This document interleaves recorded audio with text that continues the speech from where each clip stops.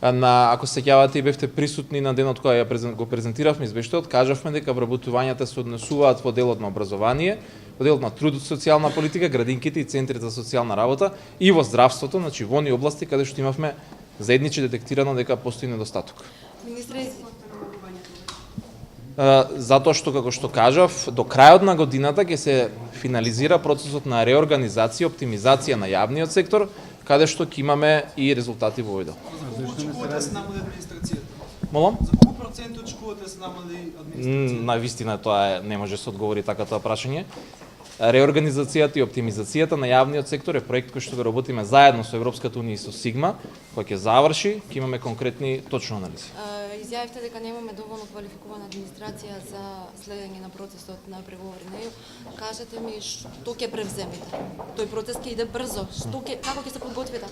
Заедно со Министерството за труд и социјална политика, со Секретаријатот за европски прашања и со Министерството за финансии работиме на предлог со кој што ќе се возможи начин, се надеваме, кој што ќе привлече луѓе и од другите институции во рамките на јавниот сектор, но и од надвор од институциите да се приклучат во процесот на преговорите.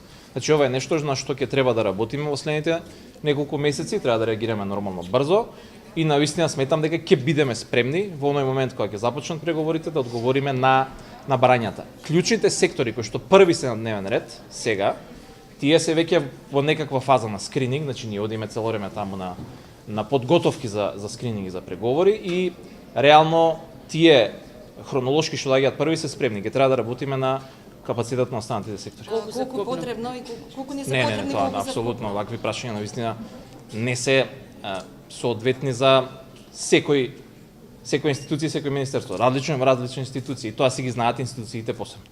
Ќе има ли префрлување во приватен сектор со оглед на тоа што веќе дел од административците протестираат? Сето тоа ќе биде комуницирано и со нив, ништо нема да е изненадување, начинот на кој што тоа ќе се прави, пред да го направиме, ќе биде комунициран. Навистина нема потреба од ништо да се плашат и стравуваат, се ќе биде нормално со доброволно, но факт е дека нешто мора да направиме во делот на реформа на системот и оптимизација на вработените во јавниот сектор. Статус кво ситуацијата не може да се. Министре, што ако никој не сака да се трансферира? Ајде да видиме.